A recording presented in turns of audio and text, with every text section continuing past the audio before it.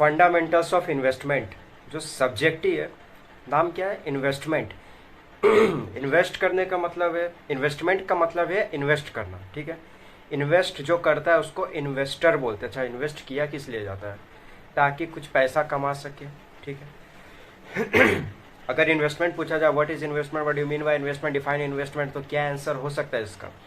Investment मतलब कुछ पैसा अपना सेविंग्स से बचा के कहीं पर लगाना जिससे हम लोग को फ्यूचर में प्रॉफिट मिल सके, that is known as investment. अगर इसी चीज़ को इंग्लिश में बोले तो क्या बोलेंगे? Investment is an activity which is comes from savings from ours income which helps to earn future profit. Okay. अच्छा, इन्वेस्टमेंट का कुछ ऑब्जेक्टिव होता है, सबसे बड़ा 2 ऑब्जेक्टिव है। पहला, minimise the risk and maximise the return. Minimise the risk and maximise the return, risk को कम करना और रिटर्न को बढ़ाना, ठीक है। यही होगा। अगर कॉमन सेंस से भी अगर देखा जाए तो क्या है, रिस्क जितना कम करेंगे रिटर्न उतना बढ़ेगा, रिटर्न जितना बढ़ेगा रिस्क भी उतना बढ़ेगा, ठीक है। अगर ज़्यादा रिटर्न चाहिए तो रिस्क भी ज़्यादा लेना पड़ेगा, ठीक है। अगर कम रिटर्न चाहिए तो रिस्क कम लेना पड़ेगा, ठीक है। जैसे बैंक में पैसा रखो, वहाँ कोई रिस्क का झमेला ही नहीं है तो रिटर्न भी कम है। वही पैसा अगर शेयर मार्केट में लगाते हैं तो वहाँ पर रिटर्न ज़्यादा है as well as the risk भी ज़्यादा है, ठीक है। तो ये ऑब्जेक्टिव था थोड़ा बहुत, ठीक है। मेन जो सिलेबस में इन्वेस्टमेंट एनवायरनमेंट का जो मेन टॉपिक पहला सिलेबस में वो था investment decision process. Investment decision process, IDP, investment decision process. अच्छा, इसमें क्या मीनिंग क्या हो रहा है? डिसीजन, किसका डिसीजन? इन्वेस्टमेंट का डिसीजन। और जो डिसीजन लेंगे वो सोच समझ के लेंगे, तो वो एक प्रोसेस हो रहा है, इसलिए इसका नाम क्या है? Investment decision process. इसमें क्या होता है, जो इन्वेस्टर होता है वो सोचता है कब, कैसे, कहाँ, क्यों इन्वेस्ट करे, ठीक है। कब, कैसे, कहाँ और क्यों इन्वेस्ट करें, कौन सोचता है? जो इन्वेस्ट कर रहा है, मतलब इन्वेस्टर। अगर इसी चीज़ को अगर इंग्लिश में बोले तो कैसे बोलेंगे? Investment decision process is a systematic way of process where an investor makes decision what, how, when and why he should invest. Okay, ठीक है। तो ये हो गया इन्वेस्टमेंट डिसीजन प्रोसेस। इसके बाद कुछ फैक्टर्स है जो कि इन्वेस्टमेंट डिसीजन प्रोसेस को अफेक्ट करते हैं, मतलब चेंज करता है, जिसके वजह से इन्वेस्टमेंट डिसीजन चेंज हो जाता है या चेंज करना पड़ता है इन्वेस्टर को। रिस्क है, ठीक है। रिस्क तो लेना ही पड़ेगा भाई, जितना रिस्क लेंगे उतना ज़्यादा रिटर्न का चांस है, तो ये पहला फैक्टर हो गया। अगर रिस्क है तो दूसरा ऑन दी अदर हैंड क्या होगा? रिटर्न होगा, तो रिटर्न भी ज़रूरी है, ठीक है। रिस्क लेंगे तो रिटर्न है, रिटर्न जितना ज़्यादा रिस्क भी उतना ज़्यादा, ठीक है। ये दूसरा हो गया, पहला था रिस्क, दूसरा रिटर्न। थर्ड है टैक्स इम्प्लीकेशन, टैक्स भी डिपेंड करता है। इक्विटी शेयर्स है, इन्वेस्ट तो हम लोग कहीं भी कर सकते हैं, सोना चांदी, ज़मीन जायदाद, घर वगैरह, share, equity, debenture, bond, interest, सब जगह इन्वेस्ट कर सकते हैं। तो हर जगह टैक्स का इम्प्लीकेशन अलग अलग है। टैक्स का इम्प्लीकेशन अलग अलग होगा तो उस हिसाब से जो डिसीजन है उसको भी चेंज करना पड़ेगा, तो अफेक्ट कर रहा है। चौथा मार्केट, ठीक है। मार्केट भी डिपेंड करता है, जैसे सोना में इन्वेस्ट कर दिए, ठीक है, गोल्ड खरीद के इन्वेस्ट कर दिए, वो डिपेंड किस पर करता है? मार्केट के ऊपर, ठीक है। आज जितना प्राइस में खरीदे हैं नेक्स्ट डे हो सकता है प्राइस बढ़ जाए, और सोना चांदी एक ऐसा चीज़ है जो प्राइस बढ़ता ही है, इसलिए मार्केट पर भी डिपेंड करता है, ठीक है। तो फैक्टर्स अफेक्टिंग इन्वेस्टमेंट डिसीजन क्या क्या था? पहला था रिस्क, दूसरा था रिटर्न, तीसरा था टैक्स इम्प्लीकेशन, चौथा था मार्केट, ठीक है। और नेक्स्ट टॉपिक मेन टॉपिक है जो types of investment. Types of investment, ठीक है। 2 कैटेगरी में इसको बांटा गया टाइप्स ऑफ इन्वेस्टमेंट को, ठीक है। एक इधर पहले, ठीक है, टाइप्स ऑफ इन्वेस्टमेंट को 2 टाइप में बांटा गया है। पहला डायरेक्ट इन्वेस्टमेंट, दूसरा इनडायरेक्ट इन्वेस्टमेंट, ठीक है। ये पहला पार्ट है, दूसरा पार्ट बाद में आएंगे।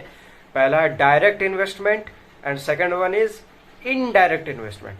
बात से पता चल रहा है कि डायरेक्ट में क्या है? इन्वेस्टर जो डायरेक्टली इन्वेस्ट करेगा, ठीक है, without considering any type of help. Investor है, जैसे हम खुद इन्वेस्टर है, अगर मान लेते हैं इन्वेस्टर है और हम इन्वेस्ट करना चाहते हैं तो हम खुद ही इन्वेस्ट करेंगे, ठीक है। कहाँ इन्वेस्ट करेंगे? मनी मार्केट में कर सकते हैं, कैपिटल मार्केट में कर सकते हैं, ठीक है। मनी मार्केट का जैसे कुछ इंस्ट्रूमेंट है, ट्रेजरी बिल है, सर्टिफिकेट ऑफ डिपॉजिट है, कमर्शियल पेपर है, तो ये सब में हम इन्वेस्ट कर सकते हैं, बदले में हमको रिटर्न मिलेगा, ठीक है। कुछ फाइनेंशियल एसेट्स में भी किया जा सकता है इन्वेस्ट। अगर इसी चीज़ को अगर पूछा जाए कि डायरेक्ट इन्वेस्टमेंट को सही एक सिस्टमेटिक इंग्लिश वे में क्या बोलेंगे, कैसे बोलेंगे, तो ऐसे बोला जा सकता है कि direct investment is an investment which means the investor directly invest in the financial assets in a money market such as commercial paper, treasury bill, certificate of deposit etcetera हो गया। डायरेक्ट में क्या हो रहा था, इन्वेस्टर डायरेक्टली कर रहा था इन्वेस्टमेंट। तो जो दूसरा टाइप है इसका इनडायरेक्ट इन्वेस्टमेंट, सिंपल है कि इन्वेस्टर खुद इन्वेस्ट करेगा नहीं, ठीक है, इन्वेस्ट करवाएगा, ठीक, इन्वेस्ट करवाएगा कौन, इन्वेस्टर खुद इन्वेस्ट करवाएगा। किससे करवाएगा, जिससे करवाएगा उसका नाम है फिनेंशियल इंटरमीडियरीज, ठीक है, सच एज म्यूचुअल फंड में इन्वेस्ट किया जाता है तो सारा नॉलेज जो लगा रहा है वो म्यूचुअल फंड वाला ही लगा रहा है, ठीक है। इन्वेस्टर खाली सिलेक्ट किया है कि वो म्यूचुअल फंड में से इन्वेस्ट करेगा, ठीक है, म्यूचुअल फंड में इन्वेस्ट करेगा।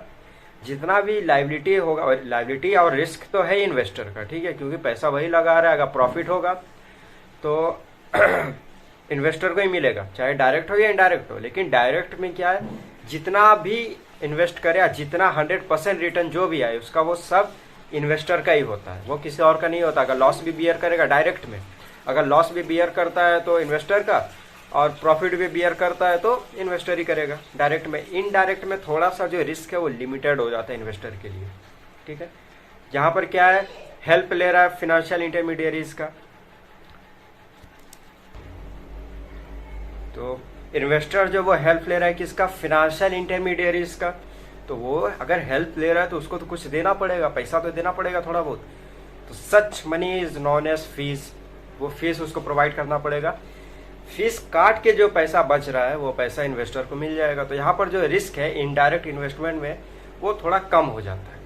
अगर इनडायरेक्ट इन्वेस्टमेंट को इंग्लिश में बोलना है तो कैसे बोलेंगे, indirect investment is an investment which means the investor takes the help of financial intermediary such as mutual fund, portfolio agency, इसका भी हेल्प ले सकता है, जो क्या करता है, which invest in a particular financial market and the risk is limited for the investor and the such whole profit after deducting the fees the investor get whole the amount of profit, ठीक है।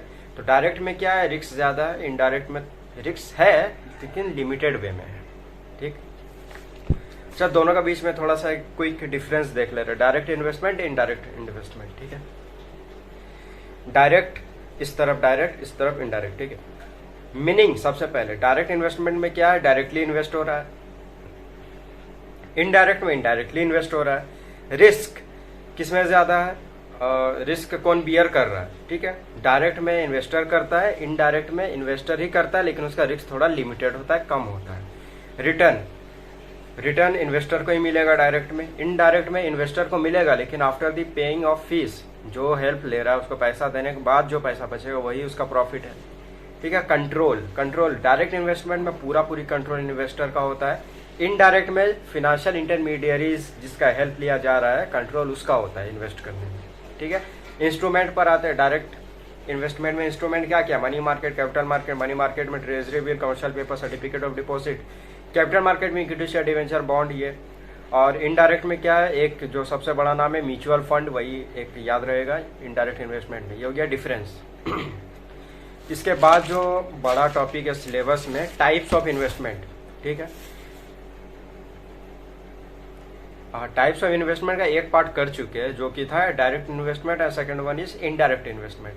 अब जो दूसरा part है उसमें 3 हिस्सा में बांटा गया है, पहला फिनेंशियल एसेट, दूसरा रियल एस्टेट, तीसरा कमोडिटीज, ठीक है। क्या क्या है, financial assets, real estate, commodities, financial assets, real estate, commodities. अब ये तीनों है क्या, सबसे पहले financial asset are non physical asset, financial assets are non physical assets जिसको देख छू नहीं सकते, ठीक है। मतलब जो फिजिकली एसेट नहीं है तो क्या बचा, इसमें क्या क्या आता है, which includes equity share, debenture, government securities, bank deposit, ये सारा आ जाता है फिनेंशियल एसेट्स में, ठीक है। अच्छा, फिनेंशियल एसेट में इन्वेस्ट तो कर दिए, इन्वेस्ट करने के बाद रिटर्न भी मिलेगा, तो रिटर्न किस फॉर्म में मिलता है, इसमें फिनेंशियल एसेट में जो रिटर्न मिलता है वो मिलता है in the form of dividend और इंटरेस्ट, ठीक है। क्योंकि इक्विटी शेयर है तो डिविडेंड तो मिलेगा, और बैंक डिपॉजिट कर रहे या फिर डिवेंचर ले रहे या गवर्नमेंट का कोई सिक्योरिटीज ले रहे तो उस पर इंटरेस्ट मिलता है, ठीक है। तो फिनेंशियल एसेट में 3 चीज है, पहला नॉन फिजिकल एसेट है, दूसरा इसमें आता है equity share, debenture, bond, bank deposit, ठीक है। और तीसरा इनकम किस वे में कर रहा है, डिविडेंड एंड इंटरेस्ट। उसके बाद जो है फिनेंशियल एसेट के बाद है रियल एस्टेट। रियल एस्टेट एक एक्टिविटी है जहां पर इन्वेस्टर फिजिकल एसेट्स पे इन्वेस्ट करता है, ठीक है। फाइनेंशियल एसेट में क्या था, नॉन फिजिकल एसेट्स था, यहाँ पर है फिजिकल एसेट जिसको देख छू सकते हैं, ठीक है, जिसको समझ सकते हैं हाँ ये है, ठीक है। ऐसा क्या एसेट है, लैंड है, बिल्डिंग है, अपार्टमेंट्स है, हाउसेस है, तो ये सारा आ जाता है रियल एस्टेट में, ठीक है। इसमें भी 3 पॉइंट है, पहला क्या फिजिकल एसेट तो है ही, दूसरा इसमें क्या क्या आता है, land, building, apartment, house etcetera, तीसरा इनकम कैसे होगा, रिटर्न कैसे आएगा, रिटर्न आता है in the form of rental income और कैपिटल एप्रिसिएशन। जैसे जमीन है, लैंड को आज खरीदे 10 साल बाद बेचेंगे तो वो कैपिटल एप्रिशिएट हो जाएगा, उसका कैपिटल वैल्यू बढ़ जाएगा। और अगर हम भाड़ा में घर दे दिए तो वहाँ से रेंटल इनकम होता है, रेंट आता है, तो ठीक है। पहला फिजिकल एसेट है, दूसरा इसमें लैंड, बिल्डिंग, अपार्टमेंट, हाउस वगैरह आता है, तीसरा इनकम कैसे होगा, on the income in the form of rental और कैपिटल एप्रिसिएशन, ठीक है। 3 में से 2 हो गया, फाइनेंशियल एसेट हो गया, रियल एस्टेट हो गया, लास्ट जो है कॉमोडिटीज। कॉमोडिटीज नाम से ही पता चल रहा है कि प्रोडक्ट को बोल रहे हैं, each and everything is a product, ठीक है। This mic is also a product. तो कॉमोडिटीज मतलब ऐसा इन्वेस्टमेंट जो प्रोडक्ट पर किया जा रहा है, ठीक है। अब कुछ भी प्रोडक्ट पर नहीं, अब जब वाटर बोतल पर अगर इन्वेस्ट कर दे तो वो 10 साल पहले भी 15 रुपए का था, आज भी 15 रुपए का, तो उस टाइप का नहीं। Precious product, commodities includes precious product, ठीक है। प्रीसियस प्रोडक्ट इसमें इंक्लूड करने का बात किया जा रहा है।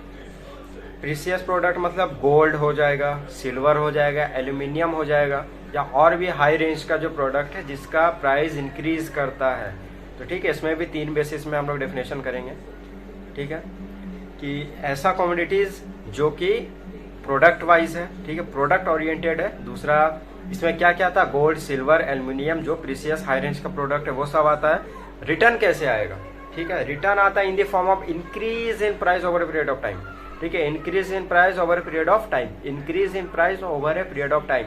दाम बढ़ेगा, सोना का दाम बढ़ेगा, ठीक है, वो तो आपने इन्वेस्ट आज कर रहे हैं, 10 साल बाद अगर सोना का दाम बढ़ता है तो इससे क्या है, रिटर्न कैसा आ रहा है, इंक्रीज इन प्राइस होने से over a period of time.